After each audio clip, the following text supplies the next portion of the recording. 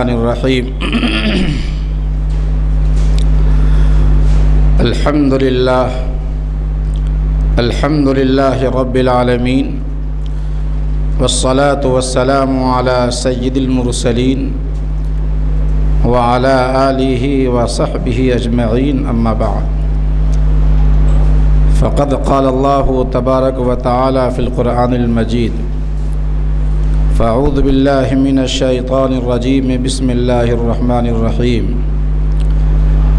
وآت ذا القربى حقه والمسکین وابن السبیل ولا تبذر تبذیرا ان المبذرین کانوا اخوان الشیاطین وکان الشیطان لربہ کفورا وقال النبی صلی اللہ علیہ وسلم الاقتصاد فی النفقة نصف المعیشہ او کما قال علیہ الصلاۃ والسلام۔ حضرات ناظرین کرام، سامعین اعظام، میرے بزرگوں اور دوستو،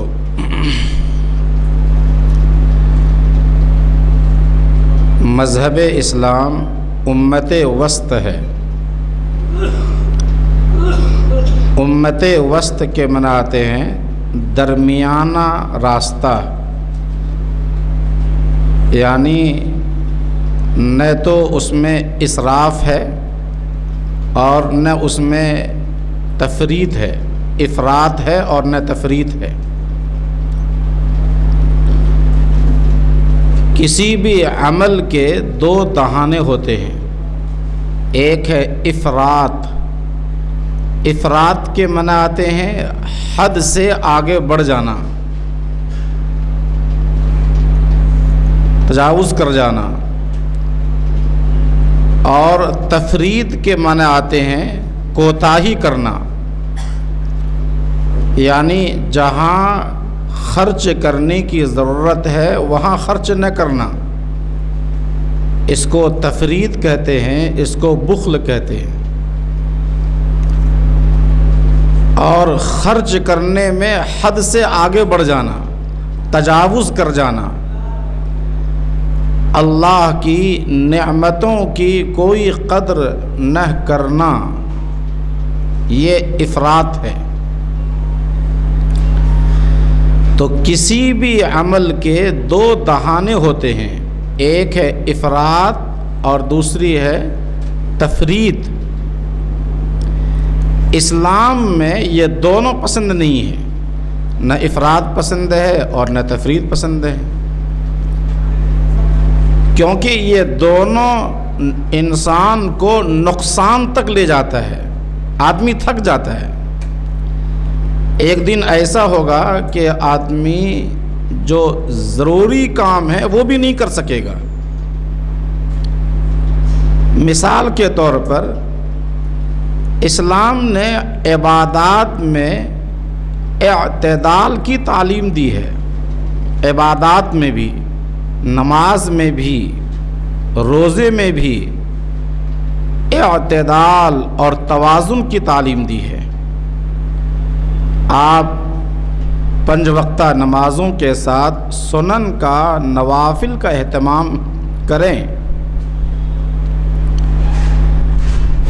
اوابین کا اہتمام کریں، چاشت کا، جو سنن ہے، نوافل ہے۔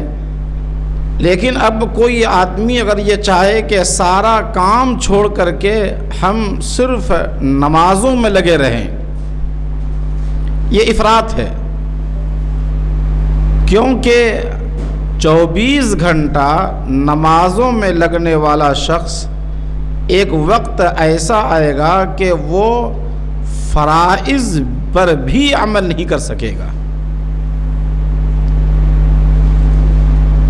فرائض پر بھی عمل نہیں کر سکے گا۔ 1 مہینہ، 15 دن، 10 دن عمل کرتے کرتے جب جوش ٹھنڈا ہو جائے گا تو ان کا شوق ختم ہو جائے گا اور اس کی جو بدنی قوت ہے وہ ختم ہو جائے گی۔ لہذا بعد میں چل کر کے وہ فرائض پر بھی عمل نہیں کر سکے گا۔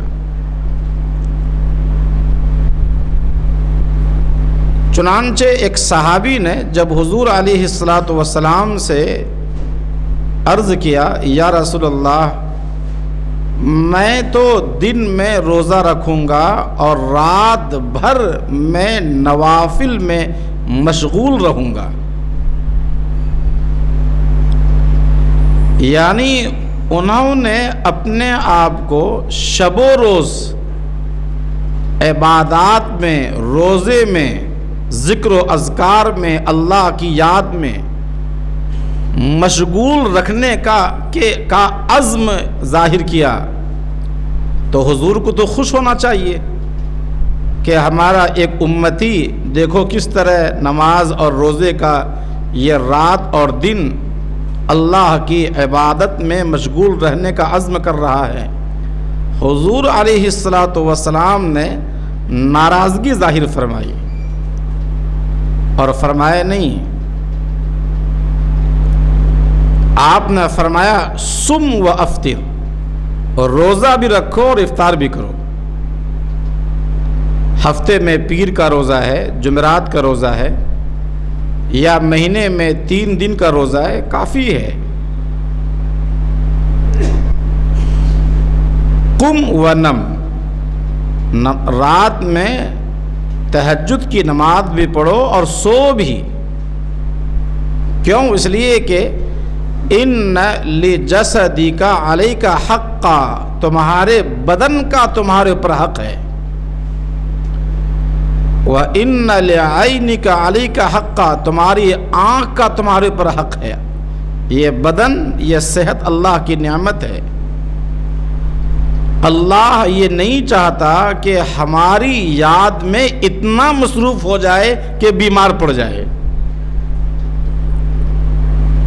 کس قدر اللہ تعالیٰ وہ مہربان ہے بندوں پر کہ اگر آدمی کھڑے ہو کر کے نماز نہیں پڑھ سکتا تو بیٹھ کر نماز پڑھنے کی اجازت دی گئی ہے۔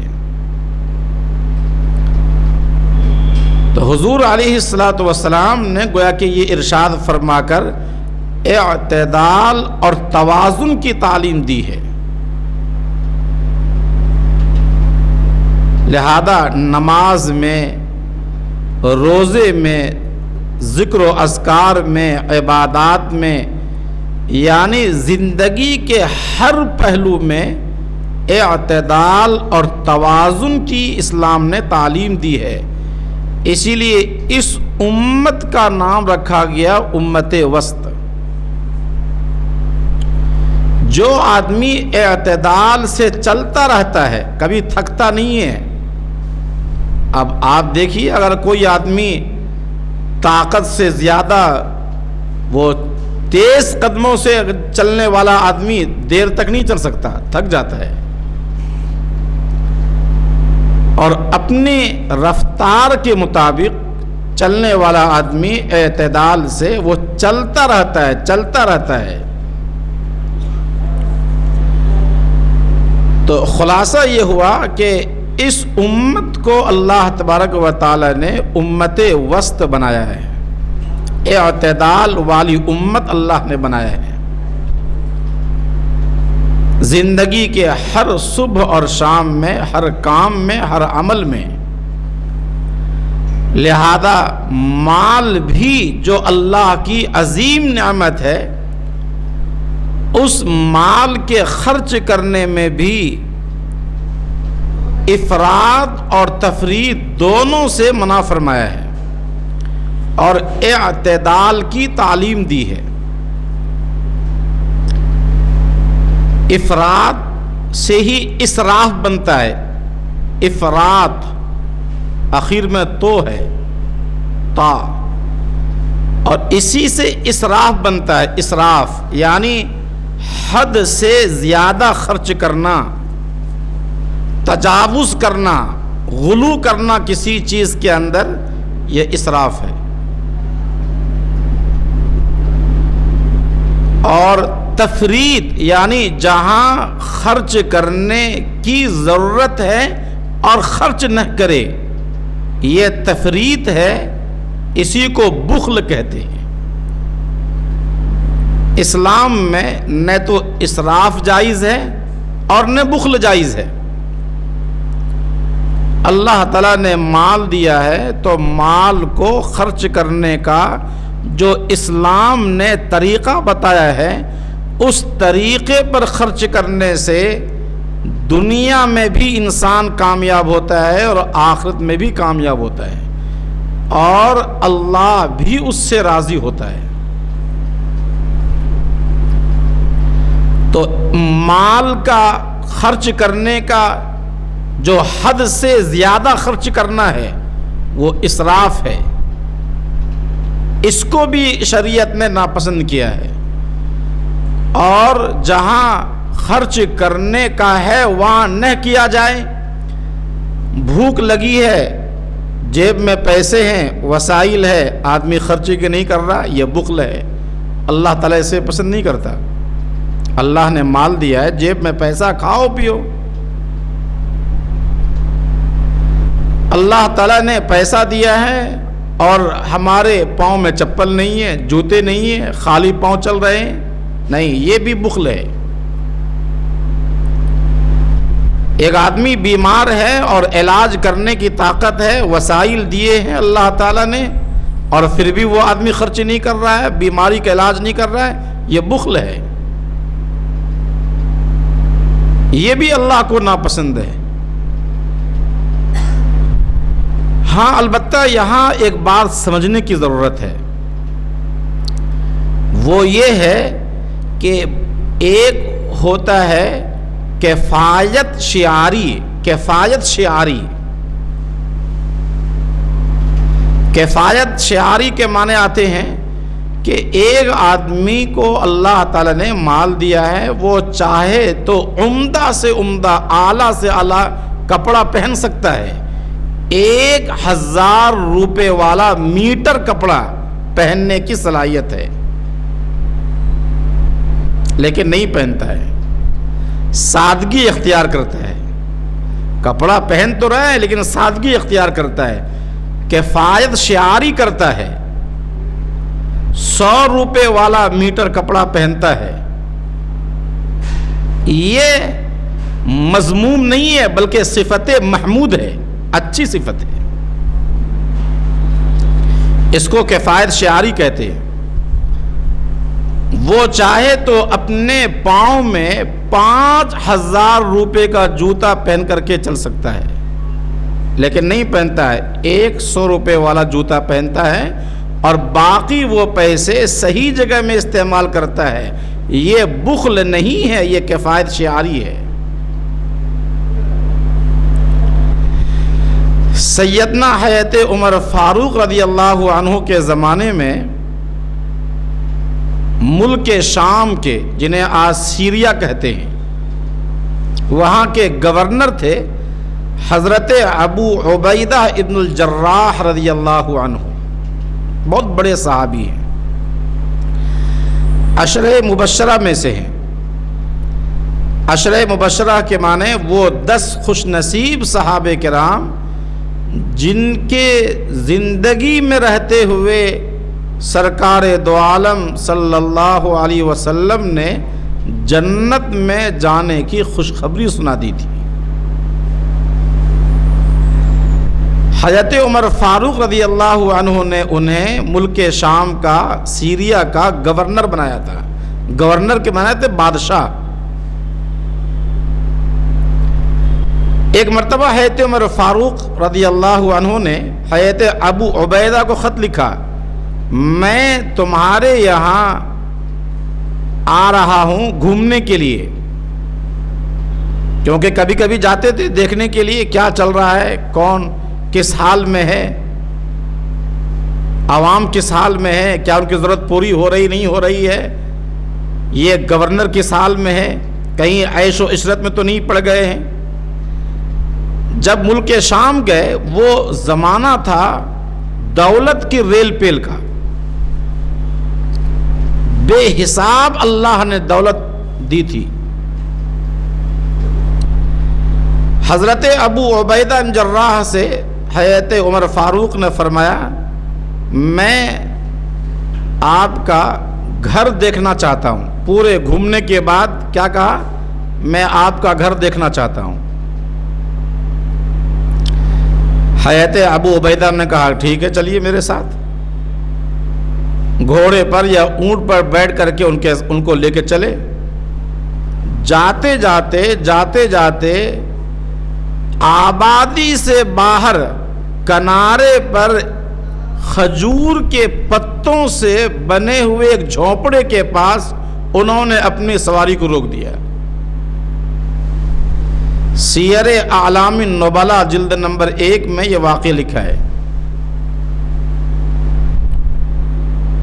حضرت عمر فاروق نے پوچھا کیا ہوا چلو؟ کہا کہ نہیں یہی تو ہے ہمارا گھر, یہی جھونپڑا ہے. کہا اچھا, بادشاہ کا گھر, ملک شام کے بادشاہ گھر, کھجور کے پتوں سے بنا ہوا ایک جھونپڑا. بڑی مشکل سے اندر پہنچے. کوئی سامان نہیں تھا اندر میں, صرف ایک مصلی بچھا ہوا تھا. حضرت عمر فاروق نے پوچھا کہ ابو عبیدہ یہاں کوئی سامان تو نہیں ہے؟ کہنے لگے یا امیر المؤمنین, یہ جو مصلی ہے میں اس پر نماز پڑھتا ہوں اور جب رات میں نیند آتی ہے تو میں اسی مصلی پہ سو جاتا ہوں. دن بھر میں عوام کی, مسلمانوں کی خدمت میں لگا رہتا ہوں. اور اوپر میں ایک رکھا ہوا تھا پیالہ, وہ پیالہ نکال کے دیا. کہا یہ پیالہ ہے جس میں پانی تھا اور پانی میں روٹیوں کے کچھ ٹکڑے پڑے ہوئے تھے. کہنے لگے کہ میں اسی میں کھانا کھاتا ہوں. ایک عورت آتی ہے کھانا بنانے والی, وہ کھانا بنا کر کے چلی جاتی ہے. روٹی کچھ میں رکھ لیتا ہوں, وہ روٹی سوکھ جاتی ہے تو ٹکڑے کر کے میں اسے پانی میں ڈال دیتا ہوں, اور جب روٹی بھیگ جاتی ہے تو میں اسے کھا لیتا ہوں. یہ زندگی ہے. ہائے, حضرت عمر فاروق رضی اللہ تعالیٰ عنہ یہ سن کر کے آپ دیدہ ہو گئے, رو پڑے. اور حضرت عمر فاروق نے کہا ابو عبیدہ خدائے پاک کی قسم, جس طرح تم حضور کے زمانے میں تھے ویسے آج بھی تم اسی طرح ہو. تقوی وہی تقوی ہے, وہی خوف خدا ہے, وہی دنیا سے بے رغبتی اور بے نیازی ہے کہ دولت اور جائیداد کے ڈھیر پر رکھ کر کے بھی دولت نے تمہارے دامن کو داغدار نہیں کیا ہے.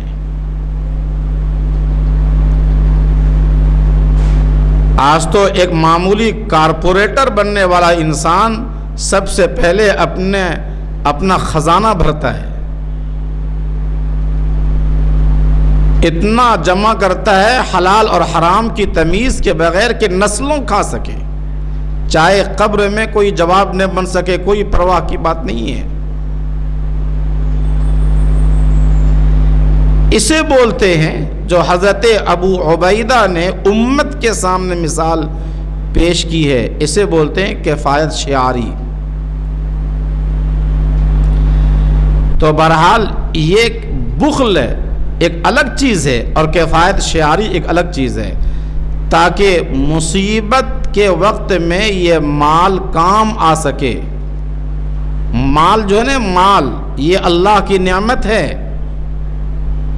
قرآن کریم میں اللہ تعالیٰ نے سورہ جمعہ میں ارشاد فرمایا فَإِذَا قُضِيَتِ الصَّلَاةُ فَانْتَشِرُوا فِي الْأَرْضِ, جب نماز ہو جائے تو زمین میں پھیل جاؤ, دنیا کماؤ جا کر کے.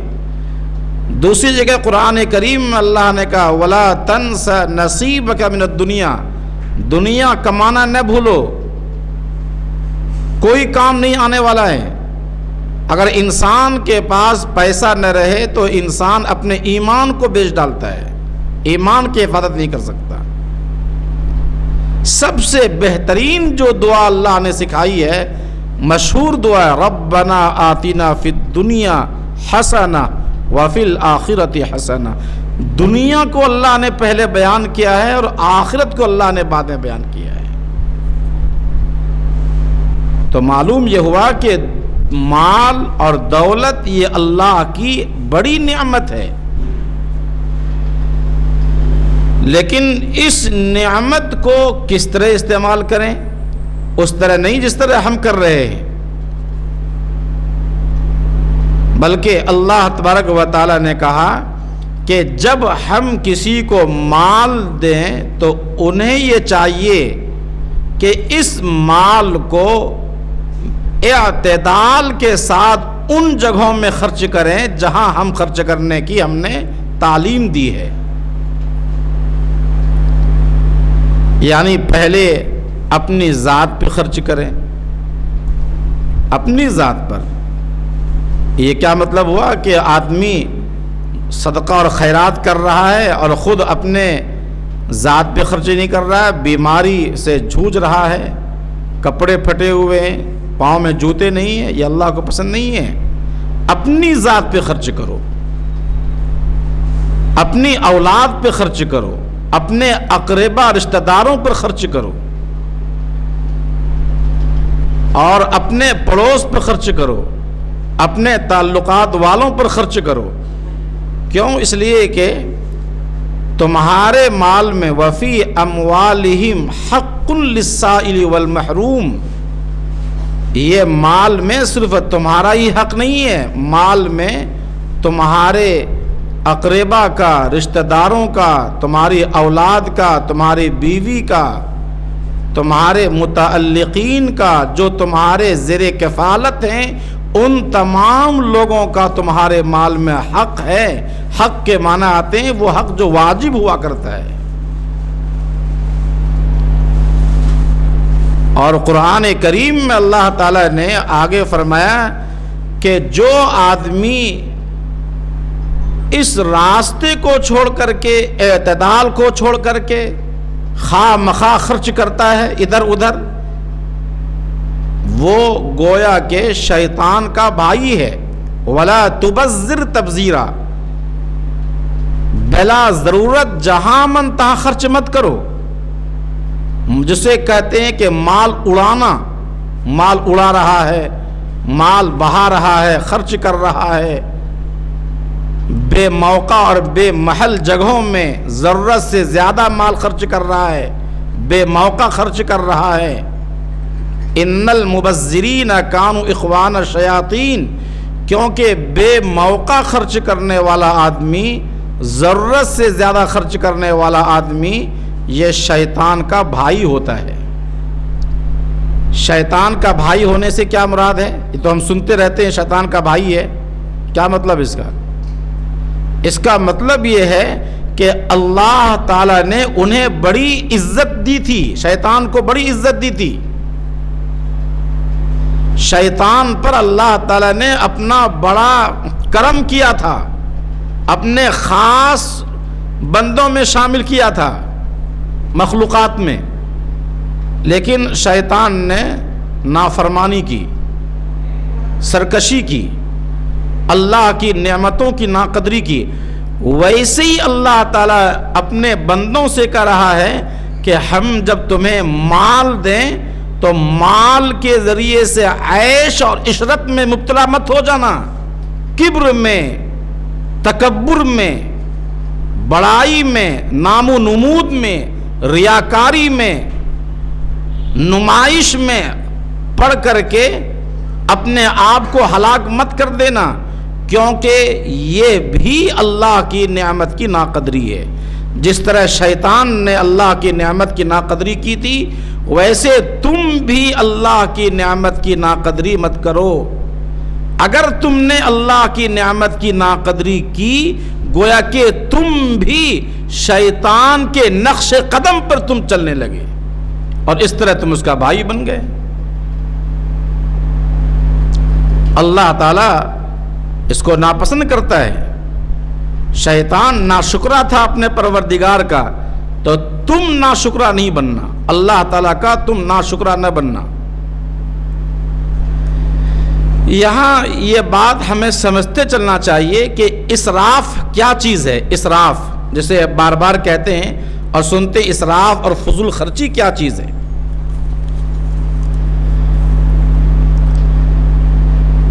فضول خرچی اور اسراف کے معنی آتے ہیں کہ بے ضرورت مال کو خرچ کرنا. دو لفظ استعمال ہوتا ہے، ایک ہوتا ہے اسراف اور ایک ہوتا ہے تبذیر. تبذیر، ان المبذرین کانوا اخوان الشیاطین. یہ جو تبذیر ہے، تبذیر، یہ تبذیر اور اسراف یہ دونوں کے دونوں عام طور پر ایک ہی معنی میں استعمال ہوتا ہے، لیکن علماء نے، محققین نے تھوڑا فرق کیا ہے. کیا کہ اسراف کہتے ہیں ضرورت کی جگہوں میں خرچ کرتا ہے لیکن ضرورت سے زائد خرچ کرتا ہے.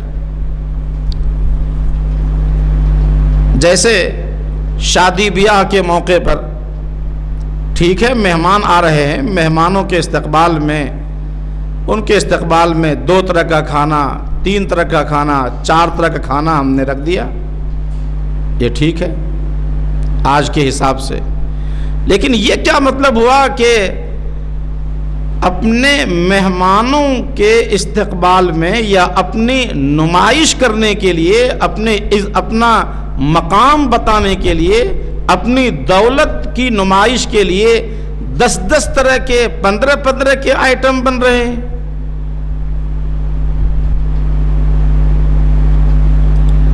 اور اس کے لیے اپنے ذاتی مکانات کو لوگ فروخت کر دے رہے ہیں.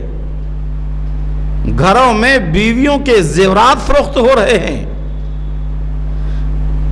نقدی پیسے جو بڑے سالوں سے رکھے ہوئے تھے وہ ختم کر دے رہے ہیں. یہاں تک کہ سود پر لے کر کے شادی بیاہ کا انتظام ہو رہا ہے. وہ نکاح جس کو اسلام نے بڑا آسان بنایا تھا، وہ ولیمہ جو انتہائی آسان ہے اور اسلام نے اسے سنت قرار دیا ہے.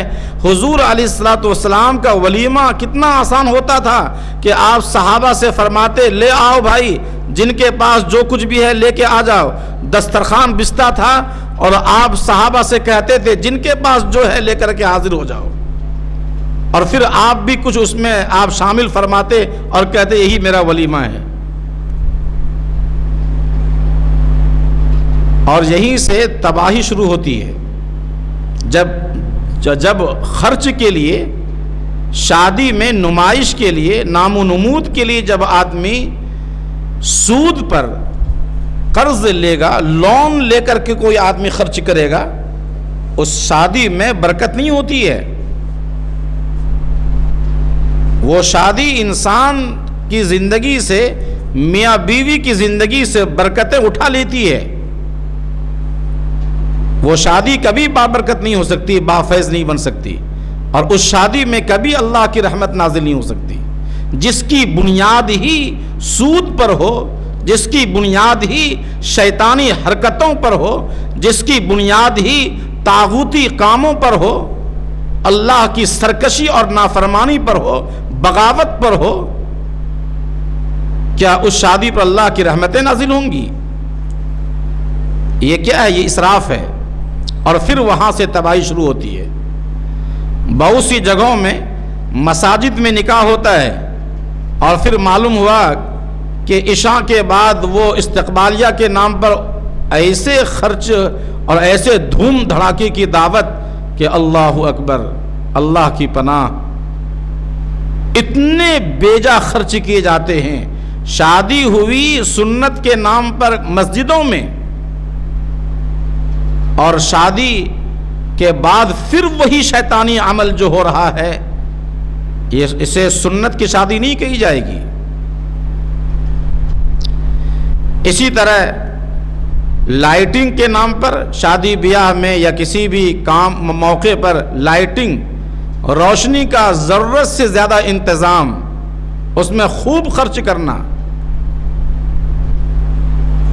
شادی کارڈ جو چھپتے ہیں، شادی کارڈ، 5 روپے میں بھی تو شادی کارڈ چھپتا ہے. وہ کارڈ آج کل آپ دیکھیں گے تو حیرت ہوگی. ایک کارڈ کے خرچ میں ایک غریب کا پیٹ بھر سکتا ہے. 50 روپے کا کارڈ چھپ رہا ہے آج کل، 50 روپے کا. 50 روپے میں تو آج کل کھانا آ رہا ہے ہوٹلوں میں. کہاں چلا گیا ہمارے مسلمانوں کا دل میں کوئی